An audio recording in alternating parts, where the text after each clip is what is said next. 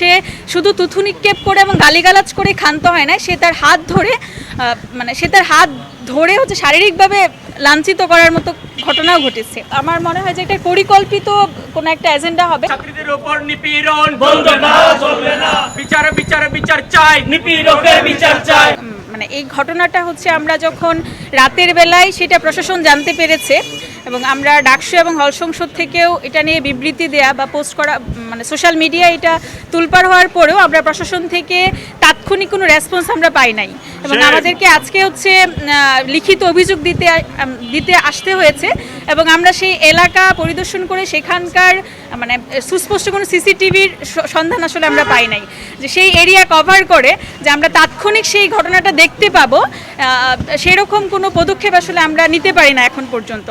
এবং এমন একটা এরিয়া এবং সেটা খুবই গুরুত্বপূর্ণ একটা জায়গা, আপনারা যদি সেই জায়গাটা দেখেন যে একদম পরীক্ষার হলের সামনেই, যেখানে হচ্ছে সবসময় স্টুডেন্টদের চলাচল থাকে এবং এরকম একটা জায়গা এতটা অরক্ষিত এবং সিসিটিভি ফুটেজের আওতার বাইরে বলা যায়। তো প্রক্টর অফিস আমাদের থেকে 2 দিন সময় চেয়েছে একজন ভিকটিমের জন্য। সেই 2 দিন সময়টা আসলে অনেক বেশি, অলরেডি 1 দিন পার করেছে এবং ভিকটিম সে আসলে এতটাই ট্রমাটাইজ যে সে এখনও নর্মালি আসলে কথা বলতে পারছে না। মানে একটা মানুষ কতটা বিদ্বেষ থেকে থুতু নিক্ষেপ করতে পারে সেটা কল্পনা করাটাও আসলে দুরূহ ব্যাপার। এবং সে শুধু থুতু নিক্ষেপ করে এবং গালিগালাজ করে ক্ষান্ত হয় না, সে তার হাত ধরে হচ্ছে শারীরিকভাবে লাঞ্ছিত করার মতো ঘটনাও ঘটেছে।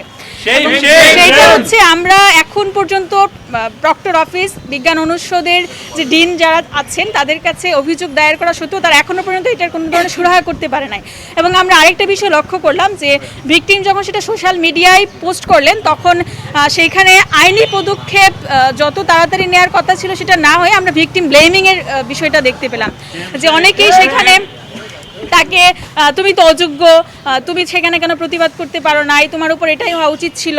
অনেক কমেন্ট আসলে এরকম ছিল যে তোমাদের সাথে এমনই হওয়া উচিত, মানে এরকম ধরনের যে কমেন্টগুলো আসছে সেটা ভিকটিমকে আরও বেশি ট্রমাটাইজ অবস্থায় নিয়ে গিয়েছে। তো সামগ্রিকভাবে আমরা আসলে বিশ্ববিদ্যালয় এরিয়ায় এরকম অরক্ষিত মানে জায়গা থাকবে সেটা আসলে আমরা চিন্তাও করতে পারি না। এবং এই একটা অপরাধীকে শনাক্ত করতে প্রশাসন আমাদের থেকে 2 দিন সময় চেয়েছে, 3 দিন সময় চেয়েছে। এটা আসলে মানে এটা নিন্দা জানাবো নাকি আমরা কি করব সেটা আসলে আমরা বুঝতে পারছি না, যে এই একটা ছোট্ট ঘটনা শনাক্ত করতে 3 দিন সময় কেন প্রশাসনের লাগবে।